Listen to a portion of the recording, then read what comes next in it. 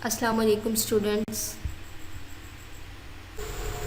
Last topic में हमने सब सेलुलर और ए सेलुलर पार्टिकल्स के बारे में पढ़ा था। इनके बारे में हमने पढ़ा था कि सब सेलुलर और जो ए सेलुलर पार्टिकल्स होते हैं उन्हें 5 किंगडम क्लासिफिकेशन सिस्टम में शामिल नहीं किया गया था क्योंकि ये मुकम्मल तौर पे लिविंग कंसीडर नहीं किए जाते। आज का जो हमारा टॉपिक है, आज हमने प्लांट सेल के बारे में पढ़ना है। जो सेल्स प्लांट बॉडी बनाती हैं उनके बारे में पढ़ना है और एनिमल सेल्स के बारे में पढ़ना है और हमने पढ़ना है कि इन दोनों में डिफरेंसेस क्या हैं। स्टूडेंट्स, ये जो डायग्राम है ये प्लांट सेल की है। प्लांट सेल में एक तो क्लोरोप्लास्ट पाया जाता है ऑर्गेनली, जो कि एनिमल सेल में नहीं होता। यानी डिफरेंस है ये प्लांट और एनिमल सेल में कि प्लांट सेल में क्लोरोप्लास्ट पाया जाता है जो कि फोटोसिंथेसिस में हेल्प करता है, और एक प्लांट सेल में सेल वॉल पाई जाती है जो कि फोटोसिंथेसिस, जो कि सेल को क्या करती है, प्रोटेक्शन, जो सपोर्ट प्रोवाइड करती है। सेल वॉल जो है ये सेल मेम्ब्रेन के गिर्द होती है। प्लांट सेल में सेल वॉल होगी और एनिमल सेल में सेल वॉल नहीं होती। इस तरह प्लांट सेल में क्लोरोप्लास्ट होता है, एनिमल सेल में क्लोरोप्लास्ट नहीं होता। और एक जो है डिफरेंस ये है कि प्लांट के सेल के दरमियान में बड़ा सा वैक्यूल होता है, जबकि एनिमल के सेल में दरमियान में बड़ा सा वैक्यूल नहीं होता बल्कि साइड पे छोटा सा वैक्यूल होता है। ठीक है, कि दरमियान में जो आपको वैक्यूल लिखा नज़र आ रहा है ये प्लांट के सेल में दरमियान में होता है, और इसके वैक्यूल के दरमियान में आ जाने की वजह से जो न्यूक्लियस है वो साइड को चला जाता है। वैसे न्यूक्लियस जो है वो सेंटर में होता है सेल में, लेकिन प्लांट के सेल में बड़ा सा वैक्यूल जो है दरमियान में आने की वजह से न्यूक्लियस साइड पे चला जाता है। अब हम वन बाय वन इसके जो ऑर्गेनेलिज है उसके बारे में देखते हैं कि कौन सा ऑर्गेनेली किस तरह का है। नेक्स्ट जो आपके टॉपिक्स आएंगे उसमें हमने डिटेल में इन ऑर्गेनेलिज के बारे में वन बाय वन पढ़ना है।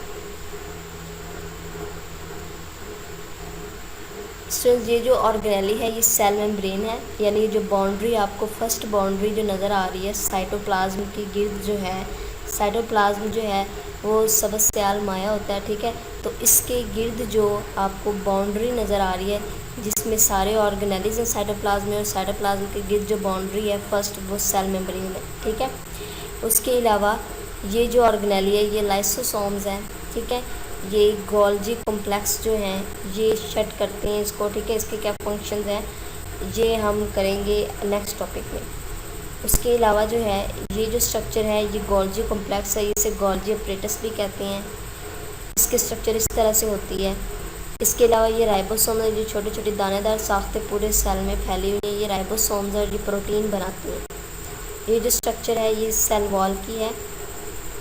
सेल वॉल जो है ये सेल मेम्ब्रेन से बाहर की तरफ होती है। ठीक है, यानी ये जो आपको फर्स्ट बाउंड्री नज़र आ रही है सेल मेम्ब्रेन की है, और जो फर्स्ट बाउंड्री के बाहर की तरफ है दूसरी जो बाउंड्री है वो सेल वॉल है। सेल वॉल की भी दो टाइप्स होते हैं, एक प्राइमरी सेल वॉल होती है और एक सेकेंडरी सेल वॉल होती है। इसके अलावा ये न्यूक्लियस है। न्यूक्लियस जो है वो साइड पे चला जाता है प्लांट के सेल में। ठीक है, न्यूक्लियस के गिर्द जो है ये रफ एंडोप्लाज्मिक रेटिकुलम है, क्योंकि इसके गिर्द जो है वो राइबोसोम्स जो हैं वो मौजूद हैं इसके ऊपर, इसलिए इसे रफ एंडोप्लाज्मिक रेटिकुलम कहते हैं और ये प्रोटीन बनाता है। इसके अलावा ये जो है ये साइटोप्लाज्म है, यानी जो आपको ब्लूइश कलर में पूरा सेल नज़र आ रहा है जिसके अंदर ये सारे ऑर्गेनेलिज मौजूद हैं। ऑर्गेनेलिज हम कहते हैं सब सेलुलर स्ट्रक्चर्स को। ठीक है, तो इसे हम कहेंगे ये साइटोप्लाज्म है। इसके अलावा ये माइटोकॉन्ड्रिया जिसे सेल के पावर हाउसेस कहते हैं, इसकी स्ट्रक्चर इस तरह से होती है। ये सारे जो ऑर्गेनेलिज हैं ये अभी आप सिर्फ इनके स्ट्रक्चर्स के बारे में देखेंगे, स्ट्रक्चर किस तरह से होती है, जो डिटेल में हम पढ़ेंगे नेक्स्ट लेक्चर में। One by one her organelle को हम डिस्कस करेंगे। ये जो है ये क्लोरोप्लास्ट है जो कि फोटोसिंथेसिस में रोल प्ले करता है। ये प्लांट सेल, ये जो है ये एनिमल सेल है। इस एनिमल सेल में देखें इसमें कोई सेल वॉल मौजूद नहीं है। ठीक है, प्लांट सेल में सेल वॉल है जबकि इसमें कोई सेल वॉल मौजूद नहीं है। ठीक है, इसमें सेल मेम्ब्रेन होती है। इसके अलावा जिसके हैं ये न्यूक्लियस है इसके दरमियान में, क्योंकि एनिमल के सेल में जो है वो बड़ा सा वैक्यूल दरमियान में नहीं होता बल्कि साइड में होता है। ठीक है, तो ये न्यूक्लियस जो है ये दरमियान में है। इसके अलावा ये जो है रफ एंडोप्लाज्मिक रेटिकुलम में न्यूक्लियस के गिर्द जो होते हैं इसके ऊपर देखें ये ब्लैक कलर के जो डॉट्स नज़र आ रहे हैं ये राइबोसोम्स है जो कि प्रोटीन तैयार करने में मदद देते हैं। ये वैक्यूल है, वैक्यूल देखें साइड पे है। ठीक है, बहुत से वैक्यूल्स होते हैं एनिमल सेल में। ये साइटोप्लाज्म है जिसके अंदर सारे ऑर्गेनेलिज मौजूद होते हैं। ये माइटोकॉन्ड्रिया जिसे सेल के पावर हाउस कहते हैं। ये सेल मेम्ब्रेन है जो आउटर बाउंड्री है। ये स्मूथ एंडोप्लाज्मिक रेटिकुलम, इसे स्मूथ कहते हैं क्योंकि इसमें कोई राइबोसोम्स मौजूद नहीं है। ये सेंट्रियोल्स हैं, ठीक है। ये सेंट्रियोल्स जो हैं ये एनिमल सेल्स में पाए जाते हैं। उसके अलावा ये राइबोसोम्स हैं जो प्रोटीन तैयार करते हैं।